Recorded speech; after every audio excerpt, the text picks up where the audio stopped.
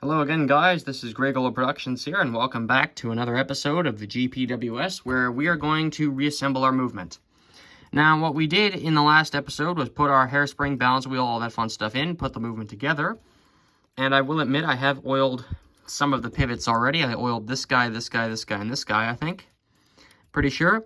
I'm not sure. Let's go around oiling this thing right now. I think that's what we're going to do. We are going to oil. And I did not put this knob back on. There's a knob that's supposed to go in here somewhere that I just forgot about. Let's do that now, actually. That's what we're going to do. Where did I put said knob? There we go. It's over here somewhere. There we go. Okay. So, our knobs literally consist of the actual knob itself, the shaft, and the spacer. And I believe, what does this knob even do again? I don't even know. Okay, it goes right on top of here. That looks a little bent.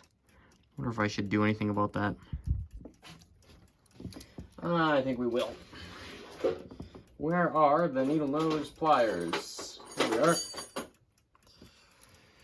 Alright, let's see what's going on here. I'm just gonna try and bend this out. That's the thing with this movement. This really gives it away that this probably was not meant to be serviced. So that's really quite sad. Okay, we are going to pump some oil into our oil dish. And there we go, there's that. And we can oil our areas here.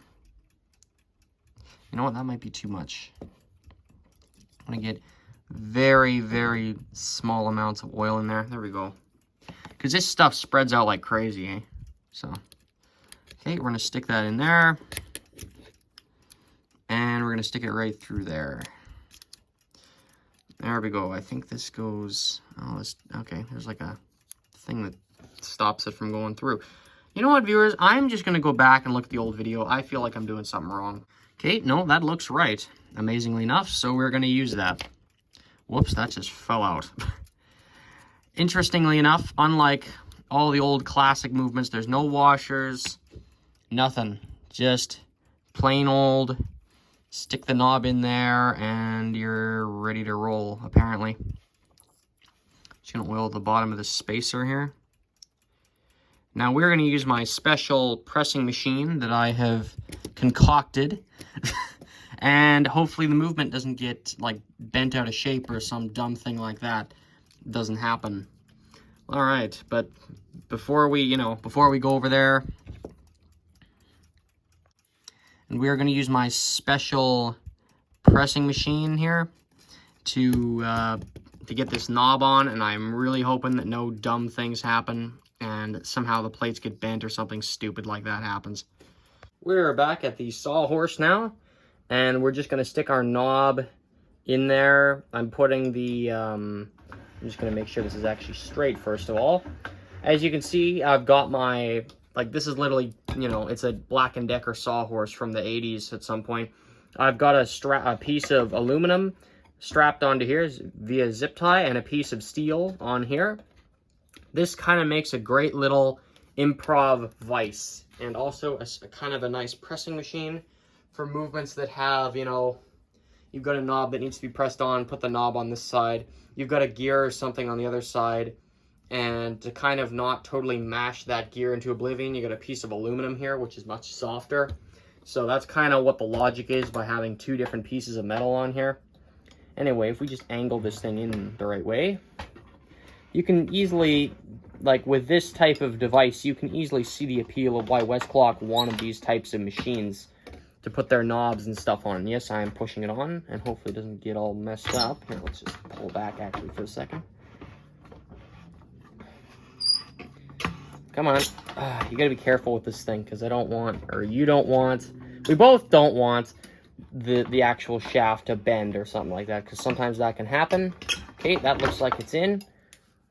Oh, no, it's not. It's getting there. Yeah, that's the one downside about this thing. There's not one crank that controls all of it. So sometimes you can get these kind of dumb things happening where sometimes it'll push up on itself. or something like that. I just want it to push straight. Go straight. Okay. Oh my goodness. Okay, it's tighter on there now, but it's still not quite on there like it's supposed to be. Oh, yeah, that's the... This thing usually works great, but sometimes you have stuff like this happen. Go straight. Here. Come on. I'm trying not to make it push up. Come on. Oh, yeah. You know, we're getting some progress on this thing. Usually, as I said, this thing works, but sometimes you have this happen. So this could take a few minutes to get this to actually go in right. As I said, the key is not to bend the shaft. I'm just trying to film this as much as possible, you guys. I'm sorry for the kind of bad camera angles here.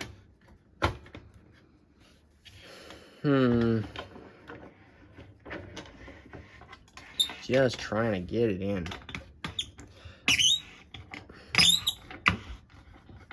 Come on.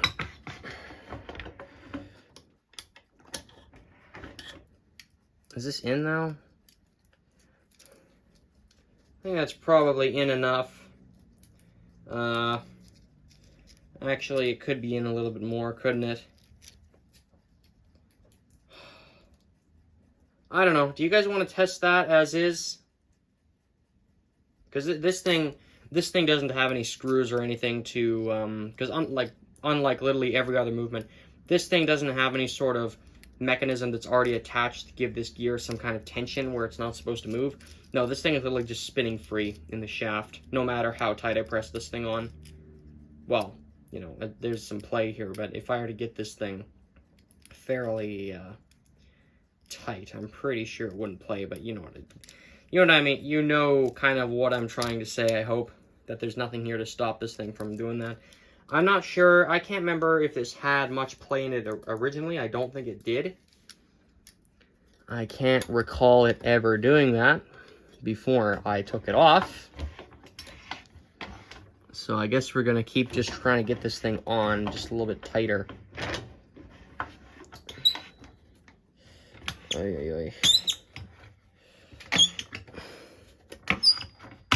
Well, I think we're getting it. I think it's pushing forward for once. Yeah, there we go. Okay, that actually got it. And now we are on.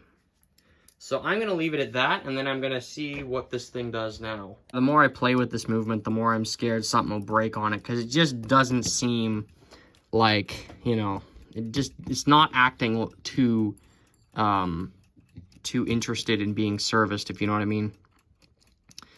Anyway, let's keep going. I don't know if the next time this thing is popped open, it'll actually end up breaking. I have no idea.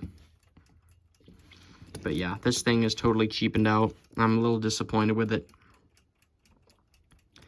And I think a lot of you would probably say this thing probably isn't even worth doing anything with, but you know, either this or it doesn't run, period, so I don't see much of a difference between being broken and just straight up not running when it comes to this type of thing. Because really, what is the difference? I mean, like, if you're just going to not risk it, it's like, oh, I'm too scared to break it, so you don't run it. Well, what the heck? It's not running either way. You can break it and have it not run, or you can just leave it there and have it not run. Hope that makes some sort of sense. And yes, we are oiling our alarm escape wheel here. And you know, I'll leave that for now, actually. I'm not going to oil that. I'm going to get some right in this wheel here, on the underside of that. And we're also going to get some in our center shaft there, kind of deal. Not sure entirely where that needs to be oiled, probably right on the bottom. There we go. And this is still spinning free. And this wheel here, this alarm escape wheel, we're actually going to go back to that for 1 second. Oil the inside, or try to oil that anyway. Try to oil the inside of that. Oil the ratchet for sure. Try and oil that thing, because that thing had oil on it originally.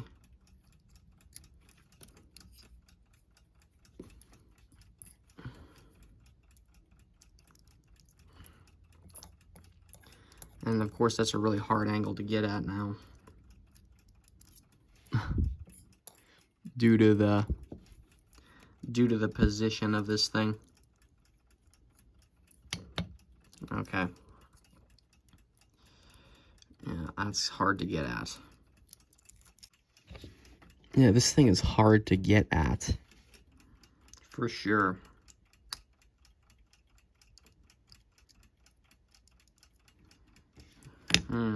Okay. And now what we can do is put our spring barrel on there and just kind of see where it goes from here. So we're going to put all that aside for a little bit. Get our actual barrel out here. A nice solid barrel. And we're going to put our mainspring inside here. You could wear gloves, you could wear goggles, but I'm not going to bother. This is a fairly light kind of spring steel, more modern type of mainspring here. As you can see, Westclox has ditched blue steel mainsprings. Yeah, this is really not hard to get in there at all. And how I even knew I was putting it in the right direction was just checking which way to see the tab went on the actual barrel itself, which way this thing hooks on. Yeah, that's not hard to get on at all. Coil by coil, viewers. There we go. See that? Perfect. And I'm gonna put some oil in this thing. Actually, you know what? No, I'm gonna use the actual oil holes for this. Actually, you know what? I'm gonna oil in here, this thing. I'm still gonna use the oil holes on the top for this thing, but I'm still gonna put a dab of oil inside. And I'm gonna also put some oil on here as well, just as to where it actually pivots on. Well, yeah, sure, the threads can get some as well, but as to where it pivots, or on the on its shaft, or whatever you want to call it. Okay. Now I can stick that in there. And you're thinking, oh, Greg, it's not working. What the heck did you do? It's not turning. Well, we got to tap it back on like we did before. And you may notice here that the actual Simple Green has made this thing kind of dark. Now, I don't really know what to tell you guys about that. It seems like Simple Green, when you're cleaning clock parts, will sometimes do this. Kind of turn them kind of a corroded color. Actually, that's not corroded. I don't know what you'd call that. It turns them dark, though. I don't know what that would be called. And I don't really like that. I might try and find another cleaning solution. I'm honestly not sure. But at least it gets the grease off and stuff. So, yeah, just kind of hammering it on like that. And look at that. Now we are back in business. Our spring barrel freely turns. I'm just going to tap that a few more times. Here's my junk light switch cover. Look at that. Ready to run again. That is all set. I don't believe there's anything wrong with a little bit of play there. You know, I think it'll be just fine like this. And of course, we are going to use the holes on top to pump this thing full of oil. And I'm thinking that was almost like, well, that was put there deliberately, obviously. But we're gonna, oh, I got some on top, shoot. Oh, heck. That's what I hate. Oh, I was too far away from that and just decided to go and do it anyway. Oh, yeah, okay. Paper towel, wipe it off. That's annoying. I'm just gonna stick some more in there. Make sure my oiler is actually in there. Still got some on the top. Whatever. I'm just gonna, once again, paper towel, and then you're all set. You got oil in this thing, and I believe that should be good. I don't know if I should have oiled some of those outer coils as well, but I'm pretty sure the oil will distribute around the actual barrel, so. Yep, that's okay there. Now what we're going to do is test our movement to see if it'll actually run. So what we're going to do is we're putting our spring barrel back together. Or, sorry, putting our spring barrel back in the actual movement here. And you know what? There's a bit of, oh, what the heck happened here? Uh-oh, is that oil leaking in this thing already? Did I over-oil it? I think it might have fallen off that ratchet or something. Shoot. That's what I hate about mass oiling, as I'm going to call it. Where you have to oil a ratchet or something, and then you just kind of, all of it just goes everywhere sometimes. Maybe it came from that wheel there. With that type of oil, viewers, just wipe it off. Don't even re-oil it. Yeah. This is really one of those situations where less is more by a long shot. And we're just going to stick a tiny, tiny little bit of oil right there. I don't even think there was any on my oiler at all, to be totally honest with you.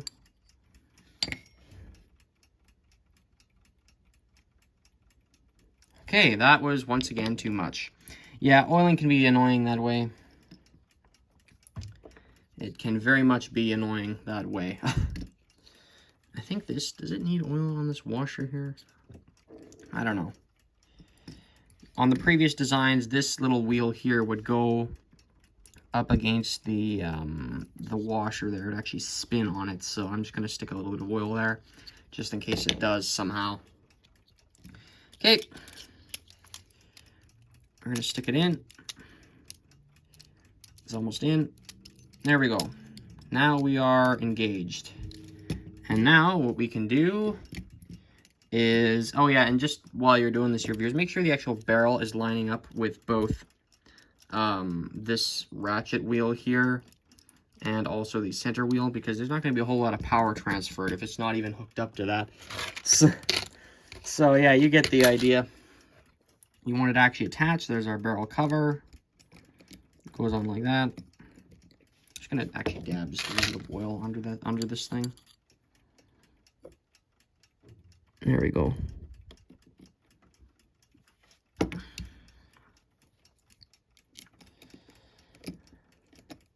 Okay. And now we will get our screws in.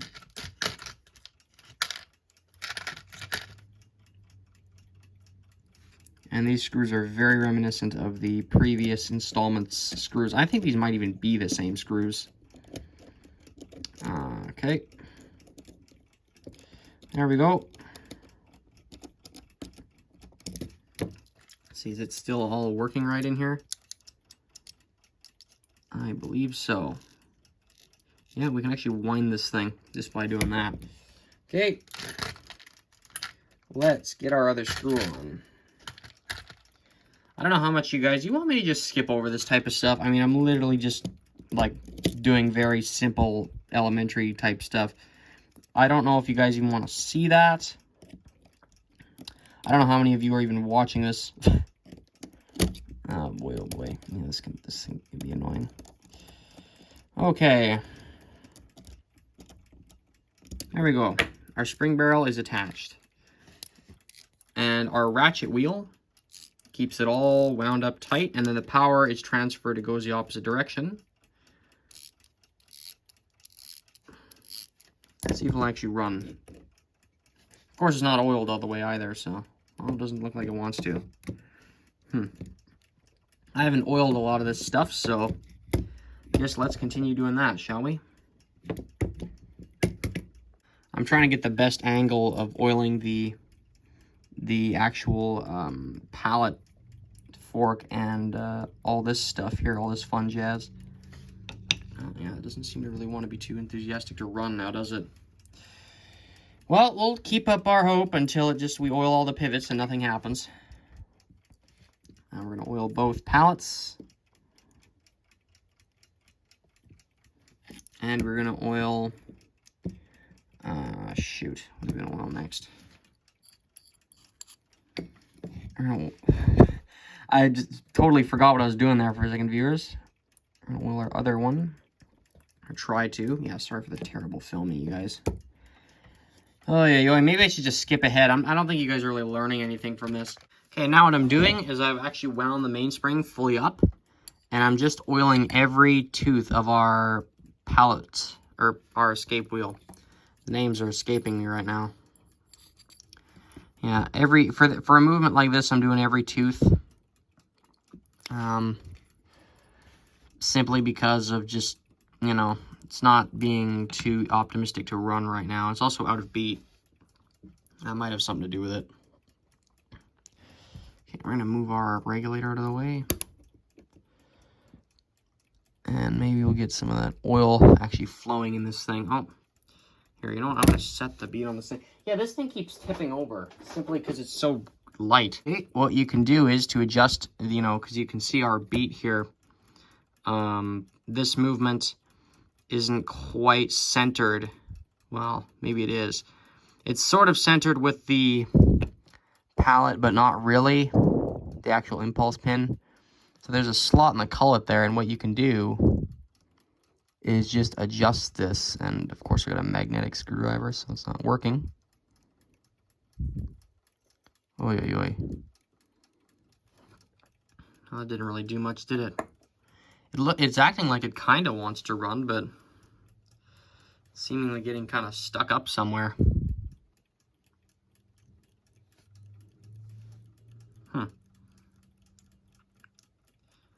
Yeah, it seems like the motion on this thing isn't that great. I don't even know what would even cause that.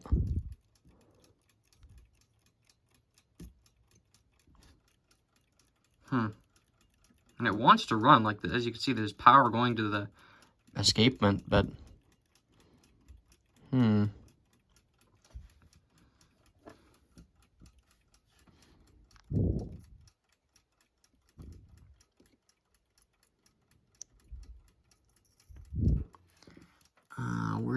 Where's a smaller non-magnetic screwdriver that I have? Okay, viewers, for the very first time, we've got this thing actually going, and I'll tell you what I was kind of doing here. I'll tell you what happened. Okay, viewers, see that right there? That little, I don't know what that's called. That might be the roller or something like that. Usually you don't oil these things, but I just put a dab of oil on it, and I noticed that the pallet fork was kind of rubbing up against that. And, you know, I put a dab of oil on it. It kind of didn't really want to start, and then kind of slowly started. And here we are now. We are running. So sometimes, you know, it's things like that that make a world of difference. And I've just been, you know, constantly kind of dabbing the escape wheel with hopefully not too much oil, but just kind of getting it, you know, wet and making sure the thing actually wants to run, and we seem to have gotten to that point.